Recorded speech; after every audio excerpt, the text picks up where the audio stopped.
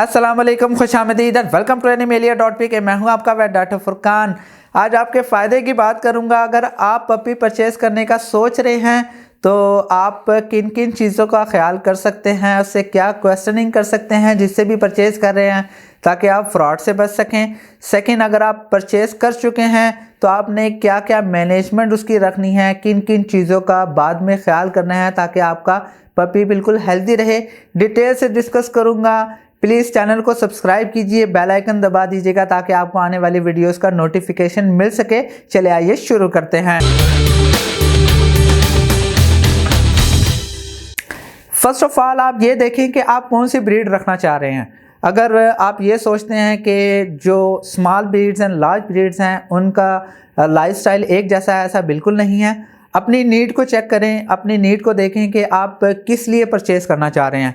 अगर आप ये सोचते हैं कि मैंने किसी बच्चे के लिए, अपने घर में आपके बच्चों को एक कोई डॉग पसंद है, अगर आप उनको बाई करवाना चाहते हैं तो ऐसा नहीं है।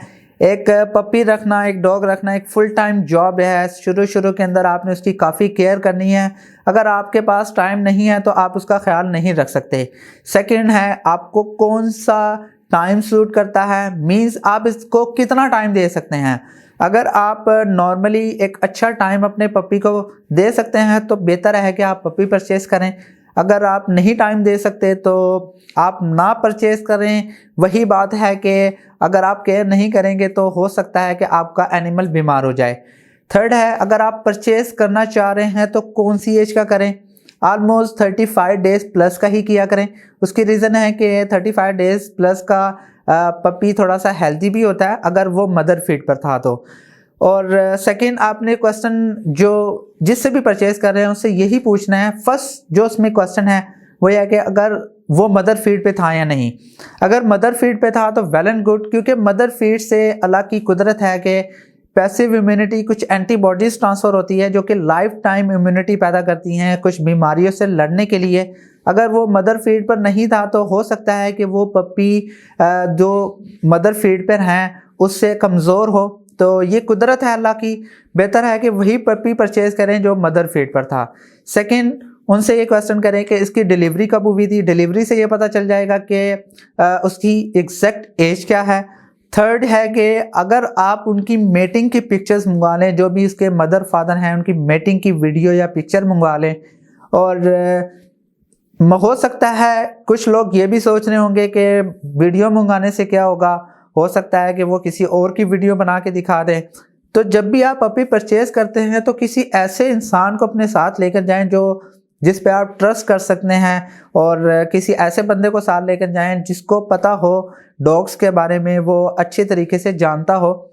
ये मैं आपको कुछ टिप्स इसलिए बता रहा हूँ कि अगर आप फर्स्ट टाइम पेट ओनर हैं, आपको नहीं पता, तो आपको भी इस चीज़ का अंदाज़ा होना चाहिए, क्योंकि ऐसी बातें कोई नहीं सिखाता।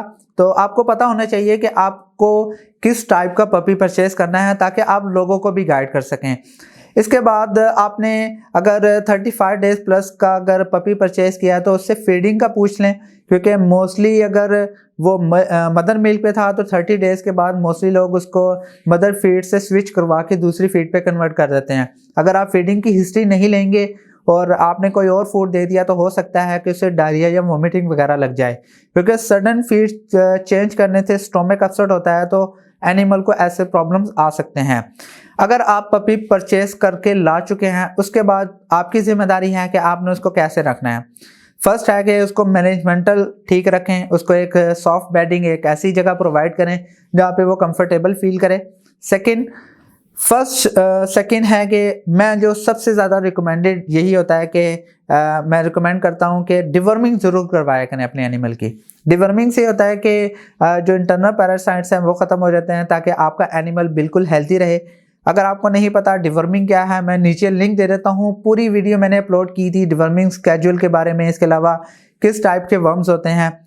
सेकंड, अगर आप डिवर्म करवा चुके हैं तो उसके बाद वैक्सीनेशन सबसे ज़रूरी है आपके एनिमल को वायरल डिजीज़ से बचाने के लिए, क्योंकि कुछ ऐसी वायरल डिजीज़ हैं लाइक पार्वो, डिस्टेंपर, और ये ऐसी ख़तरनाक बीमारियां हैं जो कि अगर आपके पपी को लग जाए तो जानलेवा साबित हो सकती हैं, इसमें मरने के चांस ज़्यादा होते हैं। पार्वो की भी वीडियो अवेलेबल है, डिस्टेंपर की भी अवेलेबल है, सारी वायरल डिजीज़ के मैंने वीडियो बनाई हुई है। मैं नीचे लिंक दे देता हूँ। वैक्सीनेशन का स्केड्यूल और सारी मैंने वो भी बनाई हुई है, उसका भी लिंक दे देता हूँ, देख लीजिएगा। ये इसलिए है मैंने इस तरीके से वीडियोस बनाई थी ताकि आपको पता चल सके, स्टेप बाय स्टेप आपको पता चल सके कि आपने अपने एनिमल को कैसे हेल्दी रखना है।